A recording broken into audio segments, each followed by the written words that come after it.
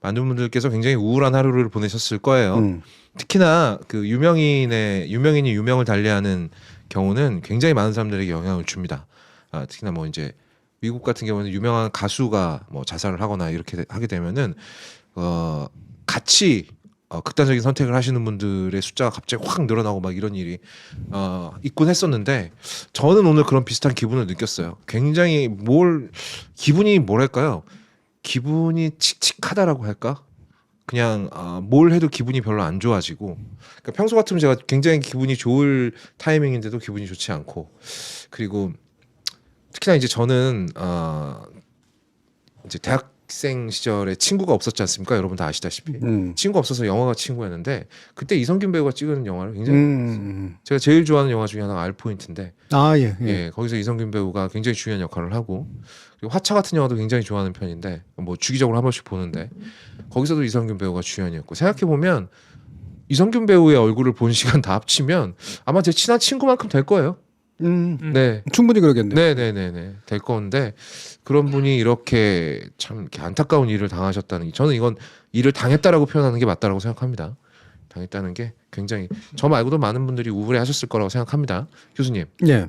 그래서 아까 저희가 막장 먹고에서 간단히 이야기를 했습니다만 이거에 교수님께서는 이제 여기다 분노를 얻는 방식의 이야기는 좀 지양을 하고 좀 더 차분하고 냉정하게 이야기해보자라고 말씀을 하셨고요. 봉우리. 네. 봉우리도 이성균 배우는 굉장히 친숙하죠. 그럼요. 예, 그 끝까지 간다. 또 참 좋아했고. 명작이죠. 예. 네. 그리고 그 흥행은 하지 못했지만 제가 개인적으로 또 좋아하는 영화가 이성균 배우가 나왔던 영화 중에 그 임금님은 수사 중? 임금님의 사건 수첩. 예. 그 영화를 되게 좋아해요. 한 4번 봤어요.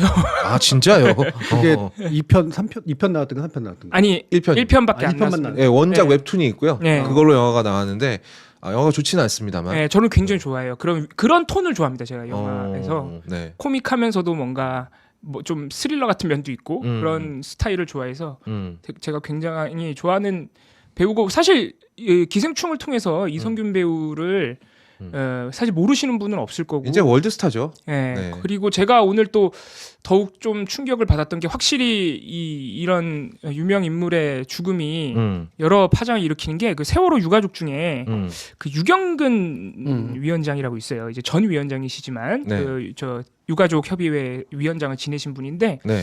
이분도 그 세월호 참사 이후에 네. 딸을 잃었기 때문에 계속해서 굉장히 어려운 시간을 거의 10년째 지금 보내고 있는 거거든요.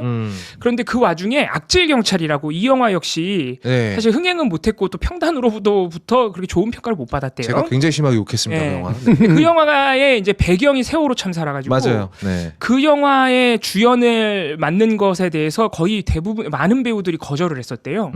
근데 그 와중에 이성균 배우가 맡아줘가지고 본인도 만난 적이 있고 그래서 그런 게 굉장히 힘이 됐고 본인이 극단적 선택을 해야겠다는 생각이 들 때마다 이제 그런 분들 때문에 버텨왔는데 이제 유경근 아버님 같은 경우에는 이번 일에 대해서 역시 그 권력에 의해서 당했다라는 이제 생각을 가지고 계시고 굉장히 분노하고 계시더라고요. 근데 이제 본인은 이런 일로 하여금 나 같은 인물들이 더 어려워질 것이다, 더 힘들어질 것이다 이런 또 글을 쓰셔가지고 또 충격을 받았습니다. 그러니까 이성균 배우의 죽음에 대해서 네. 뭐 이렇게 똑같은 맥락은 아니지만 우리가 오늘 이제 미디어 정거장에 내는 걸 통해서 얘기하는 거 한동훈의 그 유치한 저급함, 네. 유일임 같은 사람의 정말 유치하다고도 할 수 없는 그 저급함 이런 것들 때문에 짜증나고 스트레스나고 분노하고 막 눈물 나잖아요, 그죠? 네. 네. 왜 누구는 죽어야 되고 저 사람도 저렇게 떵떵거리고 살아야 되지? 맞아. 여기에 분노는 저 정말 깜도 안 되는 것들이 권력을 잡고 있는 것에 대한 그리고 그거를 막 휘두르는 것에 대한 화가 나는 거예요, 여러분들이. 두 번째로는 근데 절망감이 있는 겁니다. 절망감이. 쟤네들이 자꾸 이기는 것 같거든. 맞아. 우리는 너무 약하고 여러분들이 흔히 쓰는 밈처럼 악은 저렇게 거침없이 나가는데 왜 우리는 이러고 머뭇대고 있느냐. 네. 이것 때문에 효능감이 없는 거예요. 굉장히 좀 짜증이 나는 거죠. 맞아요. 저들은 저렇게 막 떵떵거리고 뻔뻔하게 뭔가를 얻고 있는 것 같은데 착한 사람은 죽는 것 같고 그나마 양심이 있고 그나마 이제 창피함을 아니까 막 목숨을 던지는 것 같고 저놈들은 저렇게 뻔뻔하게 고개 쳐들고 잘 사는 것 같은데 전두환 같은 사람은 29만 원 남았다면서 골프 치고 다니다가 죽었는데 네. 맞아요. 이게 되게 짜증이 나고 절망스러운 거예요. 맞아요. 그러니까 이런 일들이 자꾸 생기면 힘이 빠지는 거죠. 네. 예. 자꾸 그냥 우리 쪽에서만 뭔가 그나마 고민하고 착하게 사는 사람들 쪽에서만 자꾸 이런 문제가 생기는 것 같으니까. 그렇죠? 결국 저는 이 억울함, 어처구니 없음, 분노, 좌절 이런 것들이 우리를 정말로 힘들게 만들거든요. 근데 우리가 왜 지금 화가 나는 줄 아세요? 우리가 민주정부도 만들어봤고 예, 그리고 좀 더 진보할 수 있다라고 믿을 수 있는 사회가 그래도 잠시 경험이 됐었고 그리고 적어도 사람을 저렇게 고문하고 감금하는 놈들 쿠데타 일으키는 놈들이 다시는 나오지 않을 세상 정도는 만들어 놓으니까 지금 보여지는 인간들이 더 저급해 보이는 거예요. 그렇지. 우리가 사실은. 이제 많은 걸 알게 된 거야. 네. 그러니까 이들이 잠시 승리하는 것 같은 거, 잠시 권력을 가지고 있는 것 같은 게 더 열받는 겁니다. 예. 다시 말하면 우리의 의식 수준과 우리 사회가 예전 같은 사회보단 그나마 나은 사회라서 가지게 되는 절망감인 경우가 훨씬 더 커요. 예. 잡았던 뭔가 이렇게 내가 주도할 수 있을 것 같았던 세상, 좋은 세상이 올 것 같았던 것이 좌절됐을 때 좌절이 훨씬 더 큰 거죠. 예. 근데 한번 가만히 돌아보시면 우리 1980에서 1987로 이어지는 1981, 1985의 그 사회들. 네. 그때는 여러분들은 어떻게 살아냈을까? 어떤 방식으로 살아냈을까? 지금의 여러분들이 가지게 되는 좌절은 충분히 인정할 만하지만 사실은 어떤 면에서 나약한 거기도 한 거예요. 어떤 면에서. 네. 조금만 잘하면요. 예를 들면 민주당 같은 그 나름의 민주계열의 정당이 과반을 먹었던 적이 지금 딱 2번뿐이 없어요. 역사에서. 그러니까요. 맞아요. 네. 다음번에 또 한 번 먹을 것처럼 어쨌든 하잖아요. 먹는다는 표현 되게 안 좋은 표현이긴 합니다만 입법 권력을 적어도 민주계열이 가질 수 있었던 거 이게 역사에서 몇 번이나 되는데요. 네. 그러네 생각해보니까. 대통령을 바꿀 수 있다고 생각했었을 것 같아요. 옛날에 아니란 말이에요. 꿈도 못 꾸시. 예. 대통령 바꿀 수 있습니다. 여러분들 잘하면. 예. 그리고 좀 더 좋은 사람 대통령 만들 수 있어요. 예. 그러면 지금의 여러분들의 억울함과 분노는 제가 이해하고 저 또한 그렇습니다만 우리가 좀 더 좋은 밥을 먹고 좋은 차를 타고 그랬기 때문에 옛날에 먹었던 후진밥이 더 후져지게 느껴지는 겁니다. 네. 이게 그러니까 아는 만큼 보인다고 이래서 역사를 좀 공부를 해야 돼요. 역사를 알면은 내가 지금 가지는 감정이 굉장히 어떻게 보면 단견이고 일시적인 감정이라는 거를 좀 알게 될 것 같아요. 그래서 좀 진정하게 되는 효과가 있다. 길게 보면 내가 스스로 되게 그렇죠. 한심해지는 걸 네. 느끼게 됩니다. 네. 그러니까 교수님 말씀하신 대로 1980년대로 떨어지게 되면 아마 저는 소시민으로 살았겠죠. 그럼요. 마이크 앞에 서는 거 꿈도 못 꿨을 거고. 그때는 아마 화도 잘 안 났을 거예요. 맞아요. 네. 예를 들면 이성균 씨의 죽음 네. 정말 슬픈 일이죠.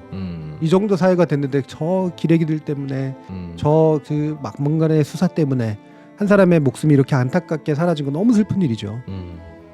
옛날에는요 여배우들 창녀처럼 끌고 갔어요. 맞아요. 지도 새도 모르게 사라졌죠. 그리고 네. 배우들은 딴따라에 불과했습니다. 네. 지금의 치욕이 당연히 견딜 수 없는 일이죠. 그리고 그것 때문에 우리가 생기는 분노는 정말 정당하지만 이런 문화예술인이 어떤 취급을 받았던 시대가 있었는지 한번 생각해 보시면 돼요. 그리고 그 분노가 또한 뭔가를 만들어낼 거예요. 저는 그러리라고 믿습니다. 그러니까 우리가 더 이상 이런 권력에 의해서 또는 언론에 의해서 휘둘리는 존재들이 돼서는 안 되지 않는가? 이런 생각할 거예요. 네. 원래는 사실 그런 거하고 거리가 떨어져 있는 그렇죠. 사람들. 흔히 뒤에서 흘러나오는 얘기 있습니다. 예전에 우리 언론개혁 얘기 한참 많이 할 때 연예인들이 그렇게 속으로 찬성했답니다. 왜? 너무 괴롭히니까. 쓰레기들한테 가장 많은 피해를 보는 사람. 시달린 유난히 연예인을 많이 괴롭히니까. 네. 문화예술에 개 있는 분들한테 저는 말씀드리고 싶은 게 이 슬픔이나 이런 분노를 영향력 있는 사람들이잖아요. 좋은 영화를 만들고 좋은 소설로 만들고 네. 좋은 뮤지컬로 만들어내세요. 그렇죠.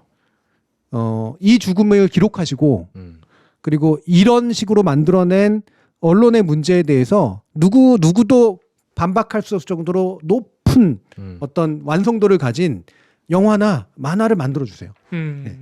저는 못합니다. 왜냐하면 저는 학술로 하는 사람이기 때문에. 네.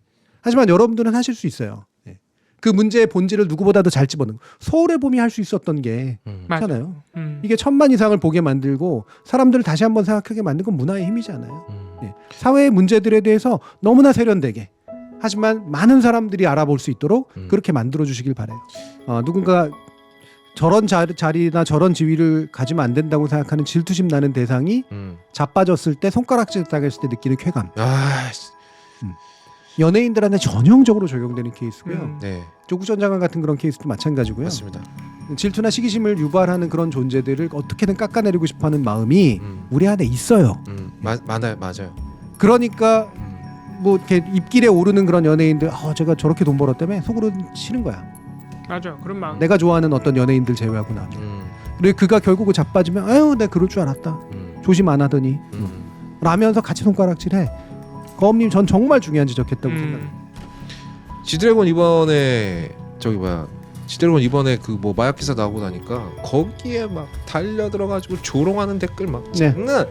정말 와 어떻게 이렇게 많이 어떻게 이렇게 순식간에 쏟아지지라고 생각할 정도로 그러니까 그것만 기다리고 있었던 거죠. 그리고 저도 스스로 반성할 경우가 많아요. 제가 개인적으로 싫어하던 연예인이 무슨 공경에 처하면 솔직히 속으로 꽃이다라고 생각한 적 몇 번 있었습니다. 마약했다 그러면은 마약했네 뭐 이러고 넘어가는 거지 그냥. 근데 저는 앞으로는 그러지 않을 거라고 결심했어요. 우리가 그래서 더욱 언론 보도 조심해야 됩니다. 물론 제가 호불호를 가진 연예인은 있을 수 있겠죠. 나는 저 사람이 뭐 작곡가인데 표절을 해서 싫어 이런 거는 뭐 있을 수 있죠. 그건 호불호의 영역이니까.